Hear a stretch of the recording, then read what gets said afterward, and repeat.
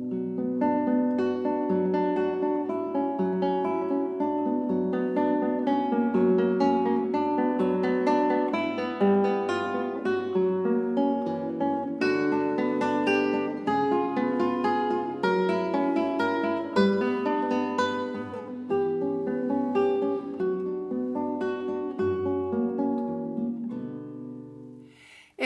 de Jésus-Christ selon saint Matthieu.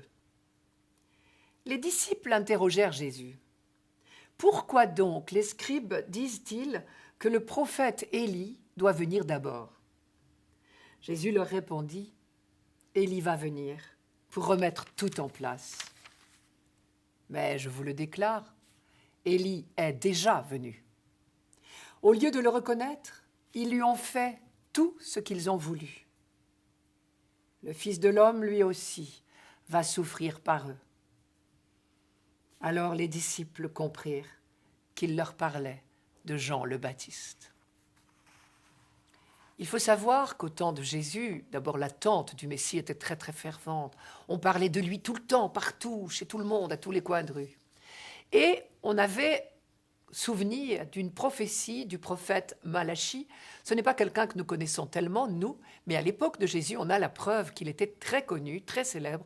On le citait souvent. La preuve, c'est tout simple, elle est dans les évangiles plusieurs fois, sans que nous nous en apercevions. Beaucoup de phrases de Malachie, c'est un tout petit livre, mais beaucoup de ces phrases sont redites dans les évangiles. Et donc Malachie, au chapitre 3, c'est un prophète qui parle vers 480 avant Jésus-Christ à peu près. Vous voyez qu'on a la mémoire longue là-bas. Un prophète de 500 ans plus tôt, on s'en souvenait fort bien. Et Malachie avait dit que Élie, avant que le Messie vienne, et ça le Messie on était sûr qu'il viendrait, avant que le Messie vienne, Élie reviendrait. Élie, vous savez, dont on racontait qu'il n'était pas mort, il avait été enlevé dans un char de feu et il était monté près de Dieu. Et on était convaincus que Élie reviendrait, qu'il réconcilierait tout le monde en Israël pour qu'on soit tout fin prêt pour accueillir le Messie qui venait. Et Jésus est en train de faire comprendre à ses disciples que Élie est revenu sous la personne de Jean-Baptiste. Les disciples, lui, eux, posent une question à Jésus. Cela veut dire que donc, dans cette attente messianique qui occupait beaucoup les esprits, ils allaient trouver très spontanément les scribes et les pharisiens, et ils leur disaient, c'était les gens qui savaient les choses de Dieu. C'était les savants, les hommes de l'époque, les autorités religieuses de l'époque, ceux à qui on faisait confiance. On allait les trouver comme nous, on va trouver notre curé en lui disant « S'il vous plaît, est-ce que vous pourriez m'expliquer telle ou telle chose ?» Et donc, on allait trouver les scribes et on leur disait mais alors, est-ce que Jean-Baptiste serait Élie ? Est-ce que Jésus serait le Messie ? Et les scribes répondaient non. Jean-Baptiste n'est pas Élie, et donc, forcément, puisque Élie n'est pas encore venu, ça veut dire que Jésus n'est pas le Messie. Et les scribes réglaient la question comme ça. Vous remarquez au passage que c'est la deuxième fois qu'on parle d'Élie cette semaine, pas étonnant pendant le temps de l'Avent, puisque cette annonce de Malachie était très présente dans les esprits. Et Jésus, du coup, va redire ce mystère du refus dont j'ai déjà parlé, ce mystère du refus de la bonne nouvelle, du refus de Jean-Baptiste. Nous sommes au chapitre 17 de Matthieu. Matthieu a raconté la mort de Jean-Baptiste exécuté par Hérode au chapitre 14. Donc Jean-Baptiste, tout le monde le sait, est mort, exécuté par Hérode sous un mauvais prétexte. Et Jésus sait très bien que lui-même subira un sort terrible. Et il va l'annoncer en employant cette expression un peu étonnante, le Fils de l'homme.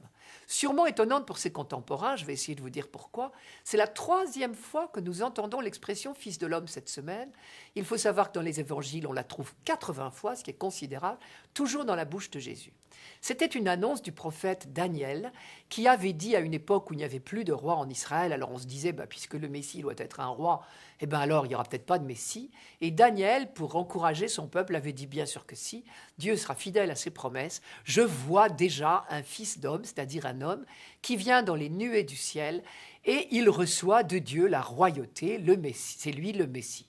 Ce qu'il y a de très étonnant, c'est que ce Messie, chez Daniel, est un être collectif. Nous avons l'habitude, nous, de considérer que Jésus de Nazareth est le Messie, mais nous le voyons comme un être individuel, particulier.